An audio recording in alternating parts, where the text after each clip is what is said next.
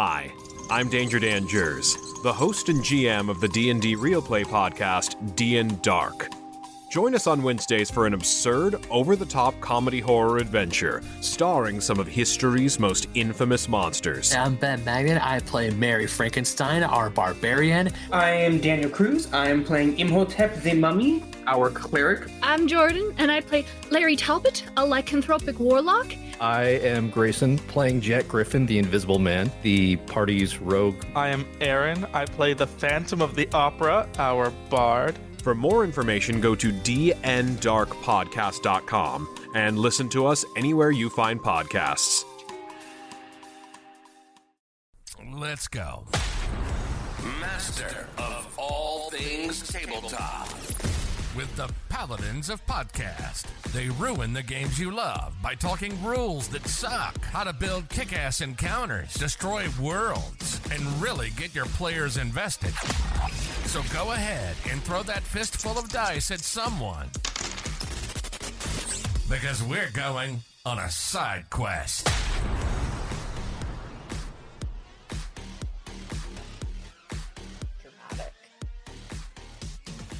What's up, everybody? Welcome back to another episode of SideQuests with the Paladin of Podcasts, Rob and Eli. And today, still in our hunt for new hosts, we have today Lauren with us. How are you doing, Lauren? How are you guys doing? Very well. Great. Welcome to the show. Thank you. Yeah, it's kind of a great habit for us to ask you to introduce yourselves. So I'm going to give you the floor. Let us know a little bit about your history in the tabletop hobby, some of your favorite systems, least favorite systems, etc. And kind of go ham. Let us know who you are. Thanks. So I'm Lauren. I've been in deeper into the tabletop RPG systems for about 9 years, but I first started about 11 years ago with a really gnarly, not so great experience with 3.5, swore him off forever, and then got baited back in as a DM 2 years later when everyone else said, hey, give it a try, it's really cool, but then there were no DMs. So I was like, I guess I'm gonna start learning how to run it. And you fell for the oldest trick in the book. Yep. Well, it was like all the different things of like, hey, let's play Dragon Age, hey, let's play Pathfinder, right? Like every RPG under the sun was named, and then I came across a Matt Colville video saying you don't need to know D&D to start playing it to run it, just have fun. And I was like, I can do that. And so that's where kind of the snowball started rolling. So my main love been 5th edition. If kind of it's like balance between like the open system of like rules, but like a lot of room for creativity and homebrew. I kind of moved to some older editions where it's like kind of I'm looking for an RPG group to play in, and it was take what was available type of situation mixed with wanting to try new things. Yeah, that's fair. Yeah. So, and even within 5th edition, you guys would know there's so many different play styles, right? There's like Adventures League, which is very episodic and crunchy, and you're gonna get a quest, you're gonna meet these new people, you're going to fight something, and you're going to get experience points. And that's just what it is, right? Not that it's not fun, but it's very different. You have an expectation, and it's going to be that every time you show up. Yeah, exactly. Then, so some 3.5, some Starfinder, a little bit of Pathfinder. And then I switched over to my current love, which is Masks, which is made by Powered with the Apocalypse. Through sheer like kind of accident and circumstance of it being mentioned and me being like, I don't read comic books that much. Like, I don't know. I kind of put it off for a few years and eventually was like, I'll give it a try, and was like, oh my god, this is amazing. It's all narrative. This is what I love about RPGs. So I love playing 5th edition, but I love running Masks just because there's so much flexibility. Mm-hmm. The Mask system, it's the Powered by the Apocalypse superhero. Yes. They have a few, and this one's specifically comic books, superhero. And the premise is that you're all teenagers with superpowers learning how to use them. So a big aspect of like the character archetype and playbook is you're starting from a very new place, like level 1, and then moving on, and like it's that part of D&D campaigns like where you're finding yourself, but it generally ends by the time you're established. It doesn't move into that later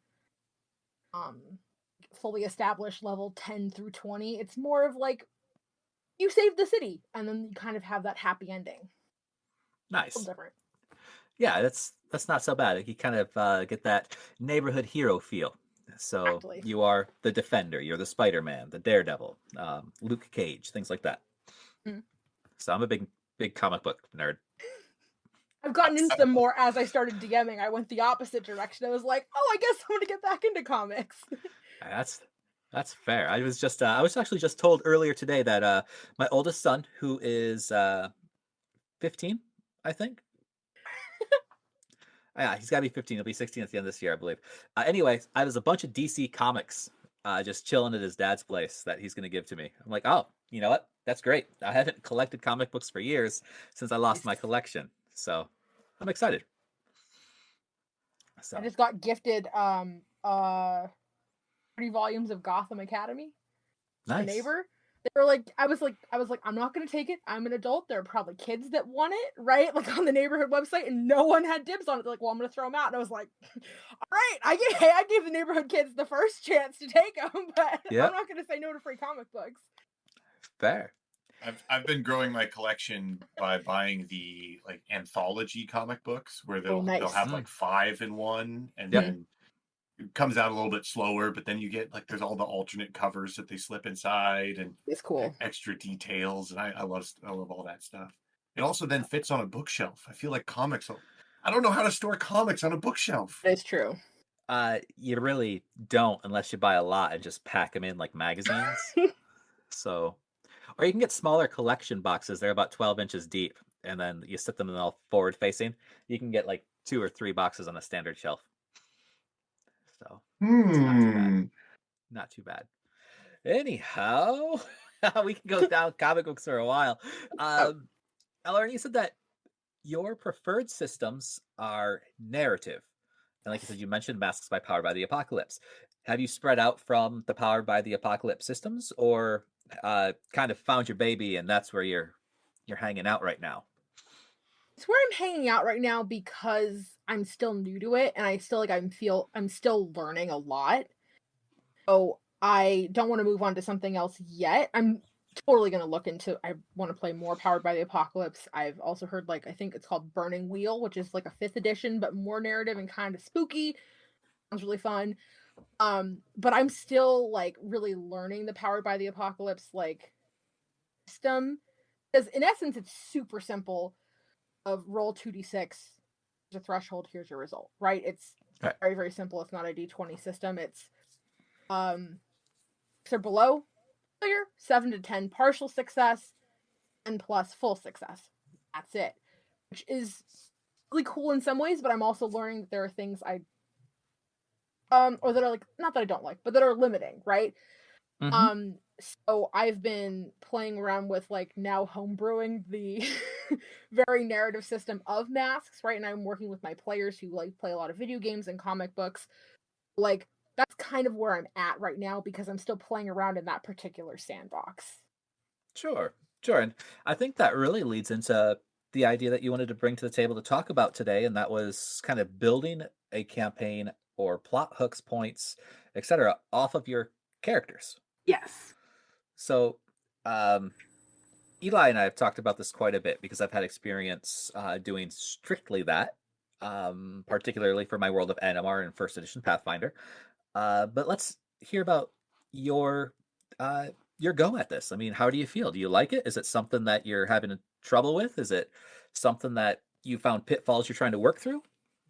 I think it's actually what I'm starting to realize through playing in other people's games too, is mainly what I do. I generally maybe make 30% of a campaign or world, and then the rest of it is based off of what people want their character to have or bring to the table, and then it's another 10% per player, right? Of you make 10% of the campaign, and then I add in more stuff to connect it. But it's what I'm gravitating to, but I also have noticed that it's harder because it's more dependent on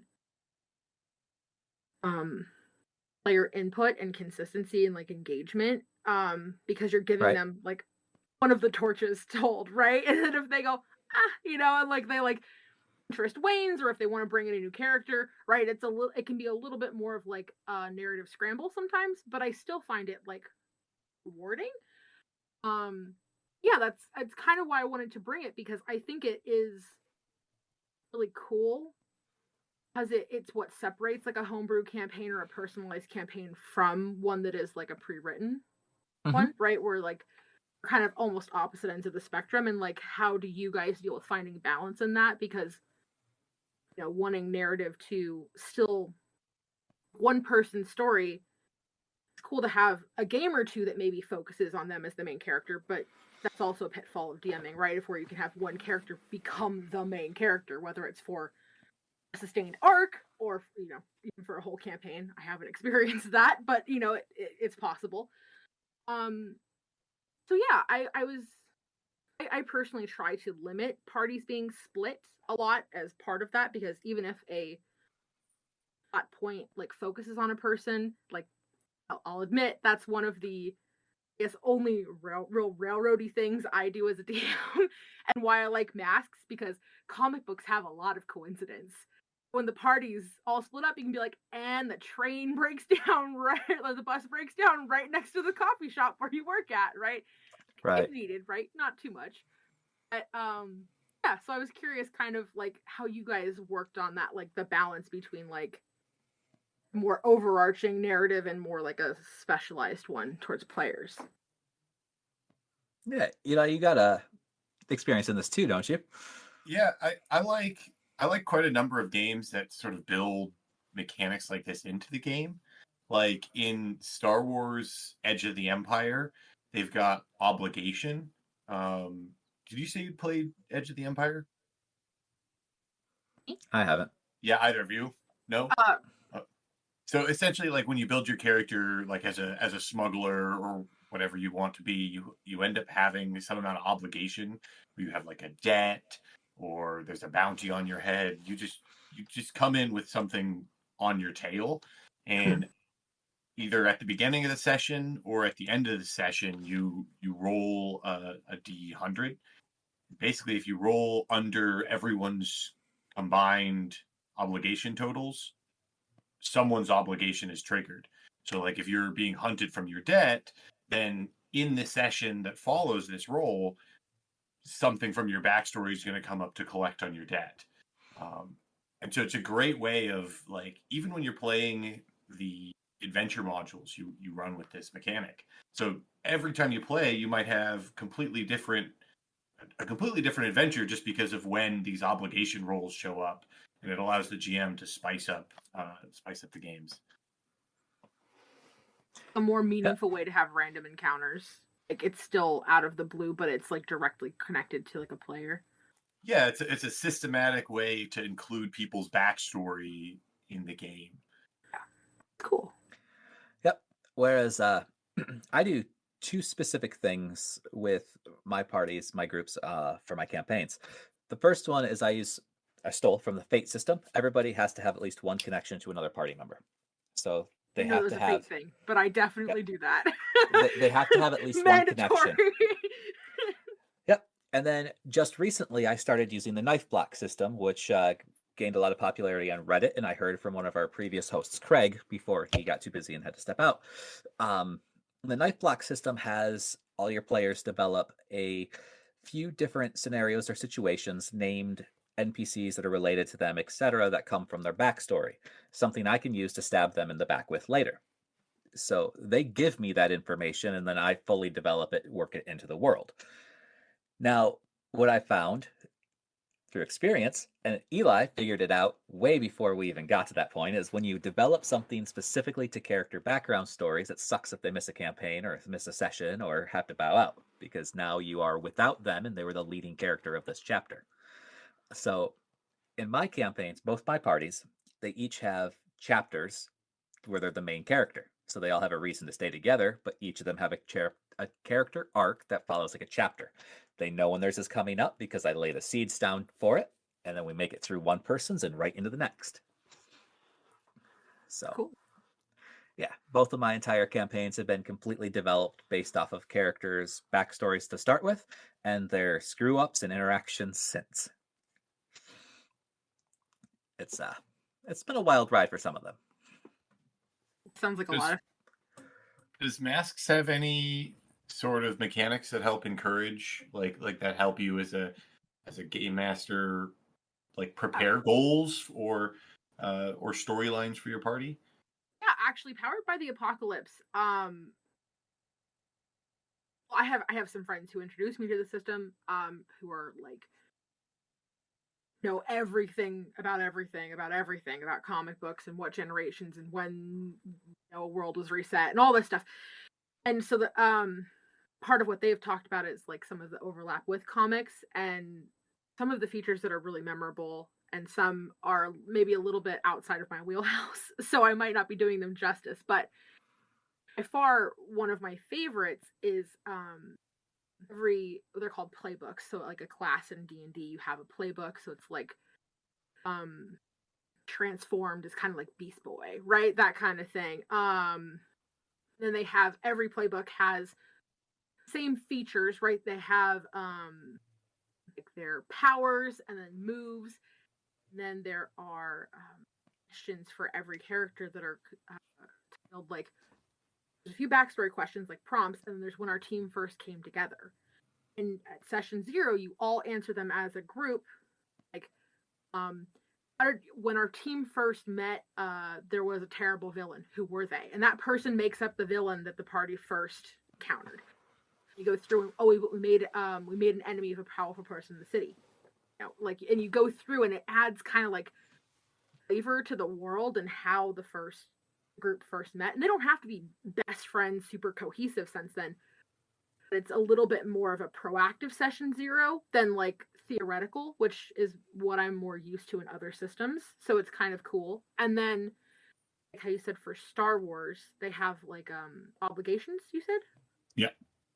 They have some of those for some playbooks in Masks. Like if you're the reformed villain, an old villain contact might call on you to do something for them, and so you roll at the end of sessions for those. So you actually have something similar. That's awesome, and a proactive session 0. Those things are awesome. Yeah. The game should already be starting at session 0. Exactly. Oh yeah, you jump in and you're like, here's your character, let's go. And then it's not the traditional Powered by the Apocalypse. It's like where you answer the questions. The way the first time I played it is the DM just said, okay, what's happening, right? And you just had to act it out. You didn't even get to answer questions. You had to decide in the moment as your character. And that was super intense and absolutely chaotic. It was very fun. It sounds interesting. It's not something I've much experience in, to be honest. I'm, I guess, more traditional. Of course, my bread and butter comes from a D20 style system. So I think most people's do. Yeah, they don't like to deviate too much, it's really funny because as many of the systems as I've played, I really come down to finding that my favorite games are either rather crunchy or have lots of mechanics that I can just sort of piece together like a puzzle.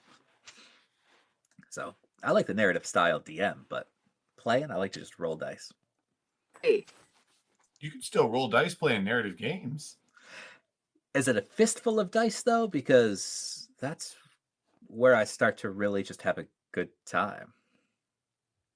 It's fair. So I mean, I do also love like first time ever for me being to play like a high level sorcerer and just being to do like I get to do a 9th level scorching ray and just throw all the dice all over. It's very fun.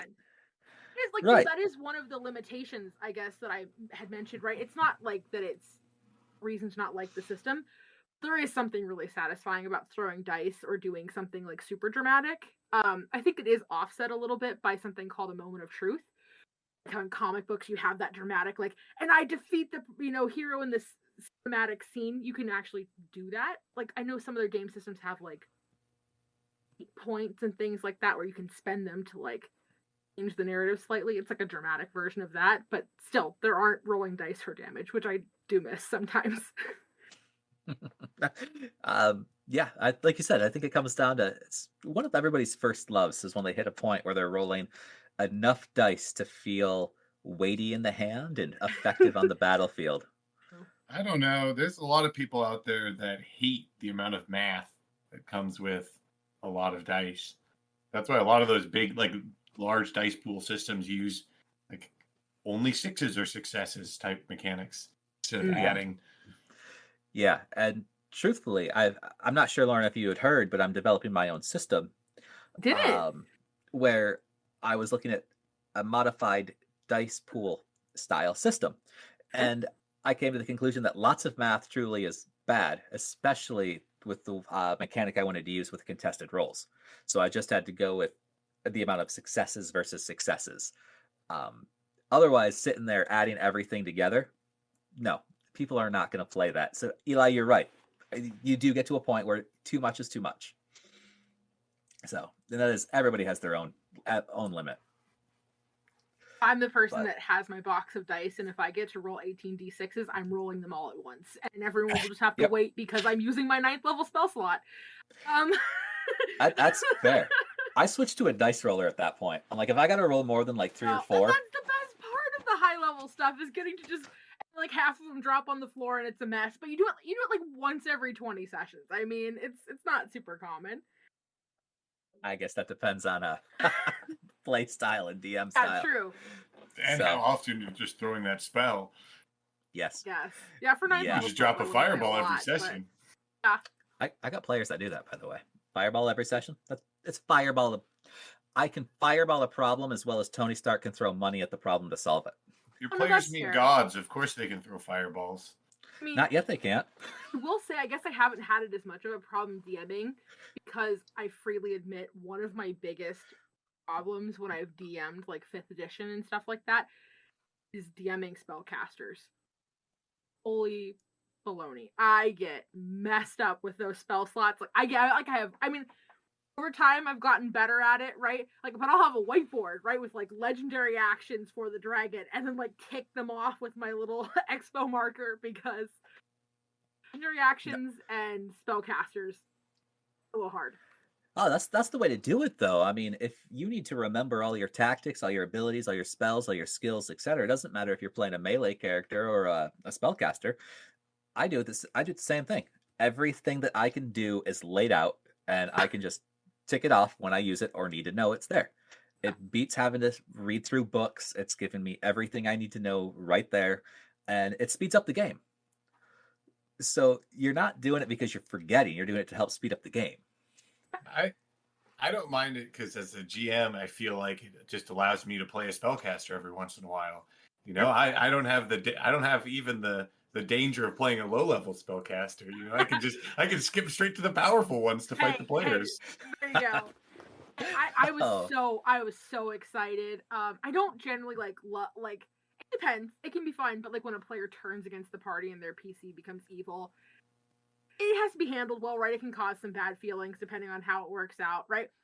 I have to admit, a little part of my heart in like one of the first campaigns I ran, someone was playing like a wizard, and I like to run higher levels, so I'm like, they were like level 14 at the time. Wizard became evil, and my secret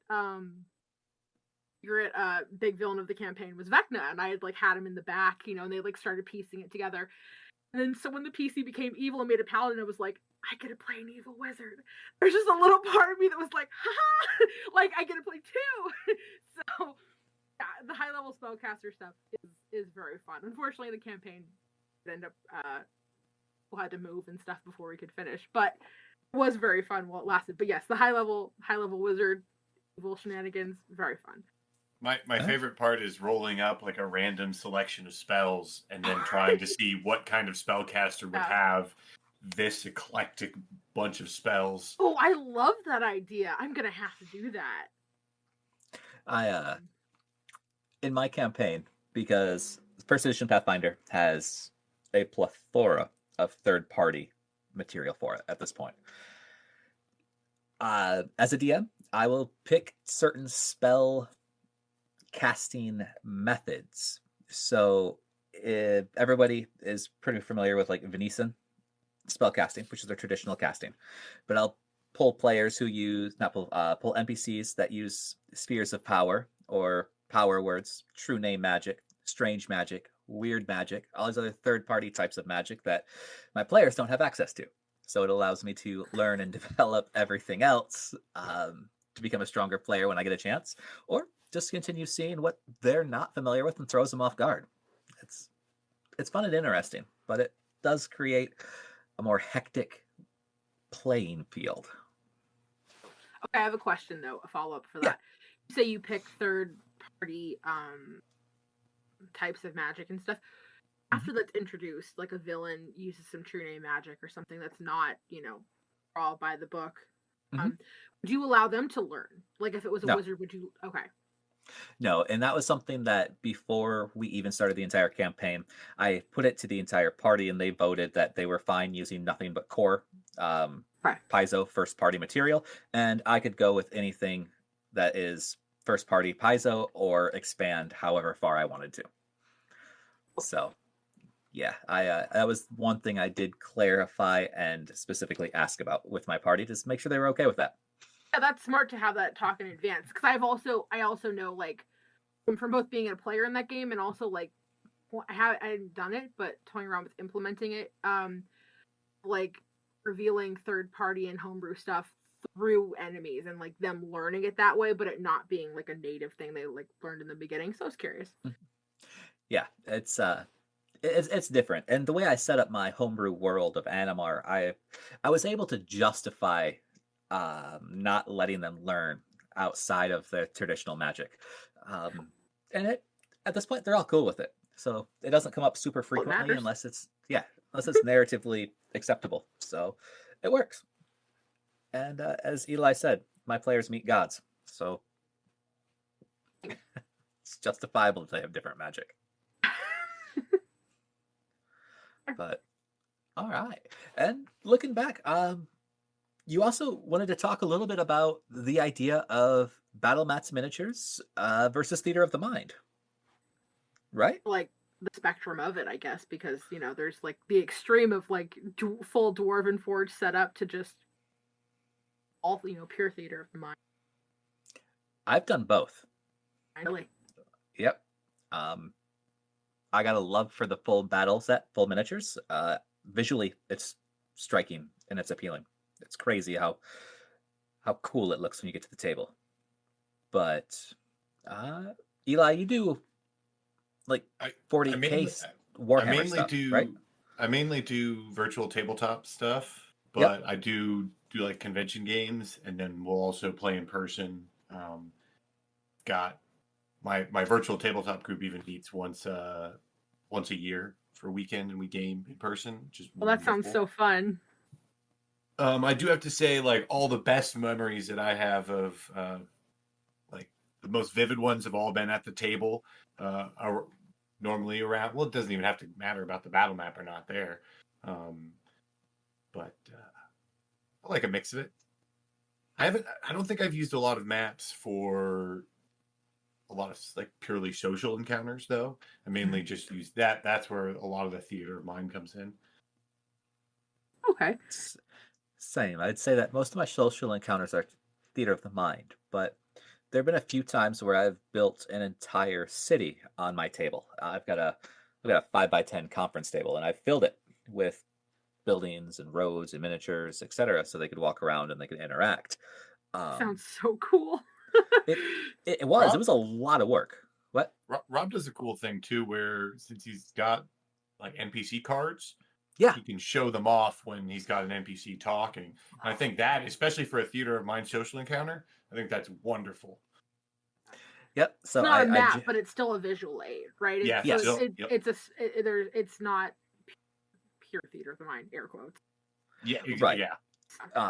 But I'd have to agree. I think most of the time my favorite memories come from absolute Theater of the Mind, and I've got a player that actually prefers Theater of the Mind, which is fun. Like I said, I like the maps, not just the maps, but the whole setup for the visual aspect. But running a battle and encounter, turning it more into a war game or a miniature style war game like Warhammer 40K is, it feels different, and you get hooked on the mechanics at that point.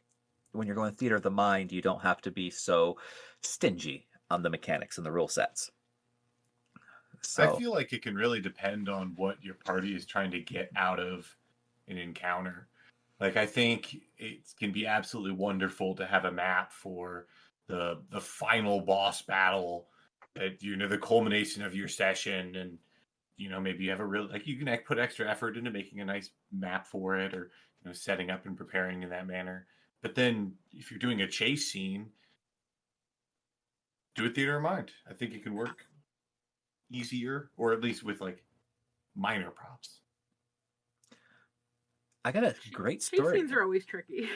Yeah, chase scenes are always tricky. They're always tricky. This may help you with a chase scene. It came from Potato, best friend who passed away, just over a year ago now, who's helped me start the podcast. He did a chase scene, and we were running first edition Pathfinder, but we utilized, it was all theater of the mind, and he chose specific skills to do certain things to maintain the chase. So it wasn't always make a dexterity save or a athletics check to jump over and weave through the forest. Sometimes it was make a constitution to make sure you're still able to keep up with the breathing as this chase is running on forever. And now that he's running through a thick bog, you have to make a swim check to keep going. And he did it in an initiative order. So it was everybody would go around the table for the initiative to make the specific checks necessary for that individual round. And then we would repeat. It was more in depth than just 2 or 3 chase rolls. I'm not a fan of playing chase scenes in initiative order. I just think that's the way I've played it too. No, I'm just not a fan, because I feel like it is like there are a lot of different actions you can take, and I think that they all have like such varying different times. I think it's better to flow with how the actual chase is occurring. I think it just helps the scene move along faster and to a more satisfying conclusion than stopping to, require a roll for every character that's starting to fall behind or getting diverted or doing something completely different. Those are two completely different goals, right? Like, you're saying get it over, like go through it quickly, like it's a narrative obstacle, get to something else. But the rolling initiative for a chase scene is like almost like in a battle, right? It's different ways of treating it as an encounter. One, it's like a preliminary encounter to a boss or to getting an item, and one, it is the encounter.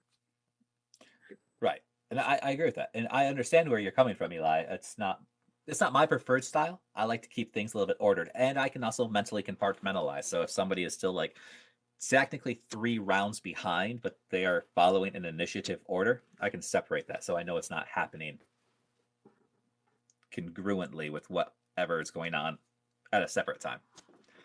So I don't know if everybody's like that, but I know where it can also divide, and I wanted to say conquer because that comes next, but I know where it can divide some people's abilities.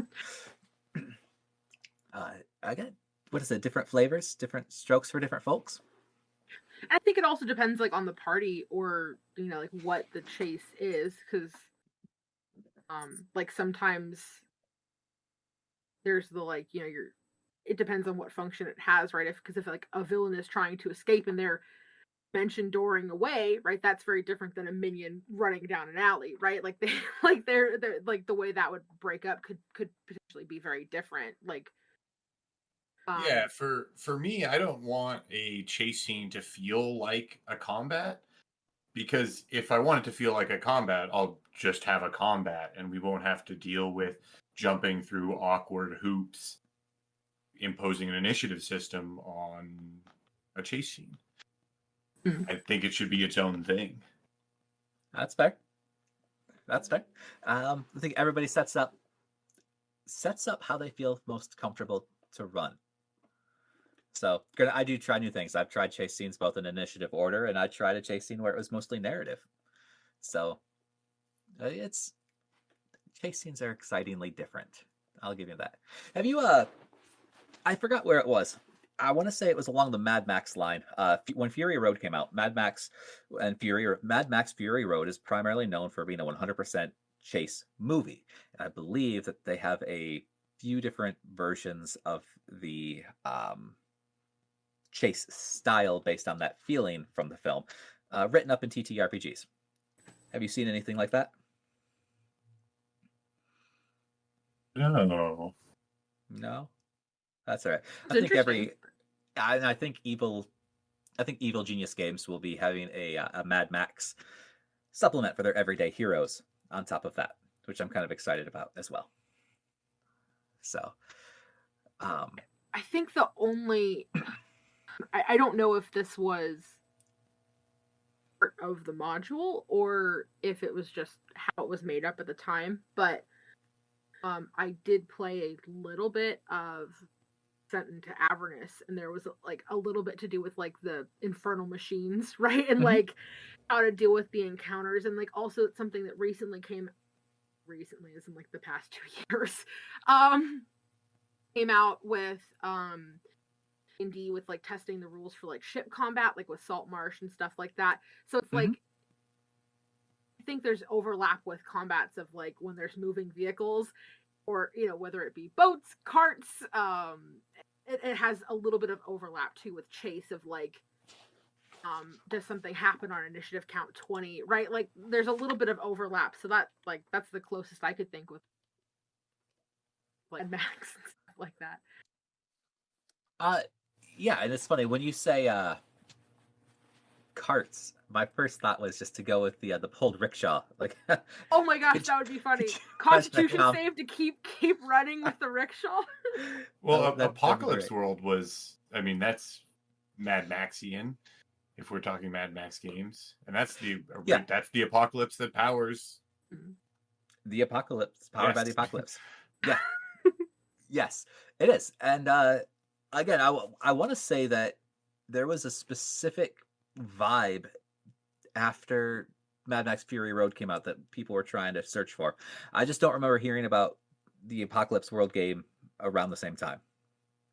I don't think there is any game that is like Mad Max. There's like Judge Dredd and Marvel, all these other games that fit like exactly the genre. I don't think there's a Mad Max game.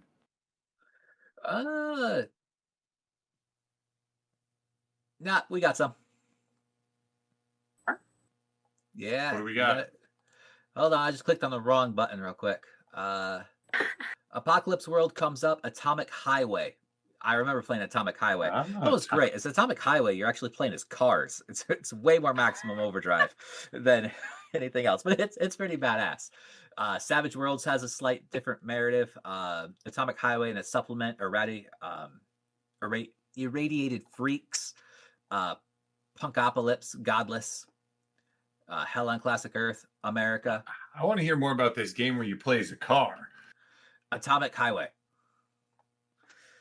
We'll have to save that one for a different episode, considering how far we are into this one now.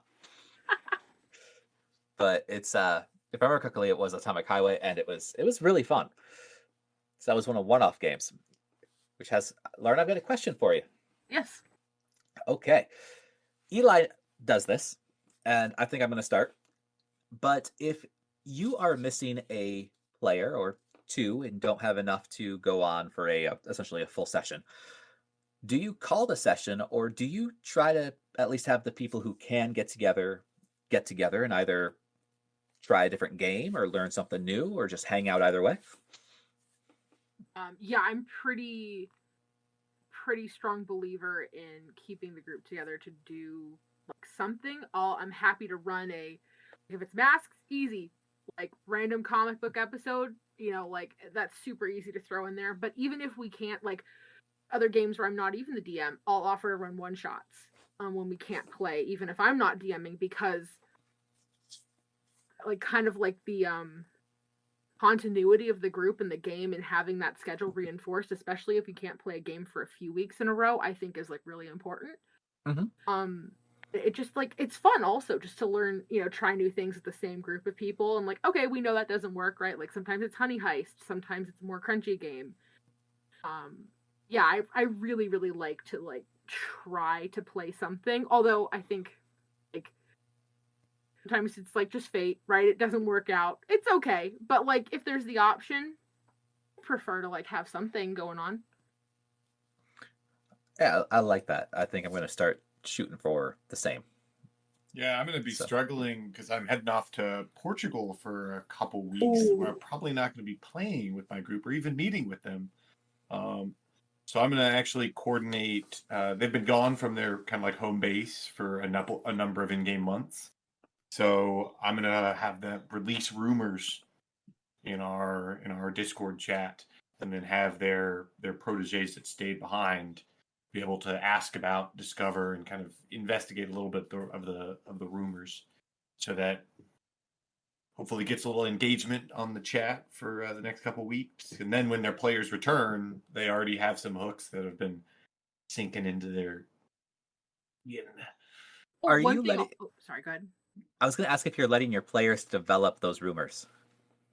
Well, I am in a maybe slightly indirect manner, because I'm asking them what they're interested in asking it. Like I'm basically asking 90% of them, 90% of the work from them, because I'm like, who are you asking, or what are you asking about? And I'll see what directions they're going in, and then I'll be able to provide different rumors. And like ChatGPT, I will learn from my players' responses and develop different queries towards their chosen answers. Why not just ask them what rumors they've already heard? Like, hey, what rumors have you heard? I've definitely done that. Just come up with them for me. What rumor happens about your character? One other thing too is if like either it's me, like just brain day, can't DM, or whatever isn't working out for a one shot. Another thing that's really fun is asking character questions. And just like either as a DM or just a fellow player, it can be really fun to just go through like random character questions and be like, hey, what's changed since level 1? Or if you're developing a new character, just like that can also be a fun way to kind of like if there has to be a 2 or 3 week break, just every once in a while throwing out some questions, getting a conversation going. Like you said, like we're just keeping that engagement. Yeah, so I have asked the main characters, what are your goals? And so I've got all these goals from the main party. And so the idea with all these rumors is I've got all their main goals, and I've got ideas prepped for what they could do to accomplish those goals. And so these rumors are going to be ways of seeding. So these rumors aren't really even intended for the protege characters that are asking or discovering them, because they're actually the hooks for the main party who are going to hear them and go, wait, I wonder if that's insert their relevant goal. Sure. You have 2 full parties you DM for in the same narrative? So they have main characters and then proteges. So what, like, it allows them, so like when their main character dies, they have to choose from one of their proteges to take their place. Okay. And so their proteges, they can give them very proactive. And it also allows them to like because they have a pool of proteges, so they can take them on adventures, or they can also give them the opportunity to roll multiple different sets of random stats. And since this game encourages like random generating your character, the more chances you have to random generate a character, you have a variety, because sometimes you do generate a character who's not great. You're a barbarian with 1 leg and 1 bad eye and gout. That honestly sounds like something I would like to play. Like for a one shot, oh man, that would be so fun. Exactly. So they're a great protege. You bring them in, and they save you one time fighting an ogre, and you're like, time for you to retire. Lost the other leg. They're off duty. Oh, that's so great. Yeah, it is almost sometimes like we have 2 different parties in the same group, but it works really well. So like when the party's gone, so like if our quorum is 4 players, so if we only have 2 or 3, what I'll often do is I'll run an adventure for their proteges. Where even if you have 3, you don't. Yeah, so like just how you might run like a one shot of masks, I'll just run a completely irrelevant side quest for the characters on doing whatever. It allows us to like build out the world in small areas, or even give their proteges extra experience, just so if their main character dies. So I like that. I've taken on the similar idea for proteges for both of my campaigns. Only I've done them a little bit differently. Yeah, it doesn't have as quite of an impact if you die and you just come back with a character the same level. No, they're not. Their proteges start off at level 1. But I've developed their level 1 protege, and I give their proteges their initial goal. So the character is started off by my idea. My players get to flesh them out as they level up, but they are stuck in the constraints in which I have started. So, well, my thought was, hey, if you're going to have a protege who's going to follow you, that's fine, but it's going to be, this is the guy that's going to follow you. Like, what he sees something in you, and you got to teach this guy. So, otherwise, I would have players that, yeah. I'm sorry, finish what you were saying. I would have players that just develop the same character every time. They would have 6 different Bobs, and they would all be the same guy. Or just literally the same exact person. Yes. Yeah. I have run and played with people who have to play the literally same stats, same everything. Yep. It's strange. I, as a game master, only allow it if their next character has a different number next to their name.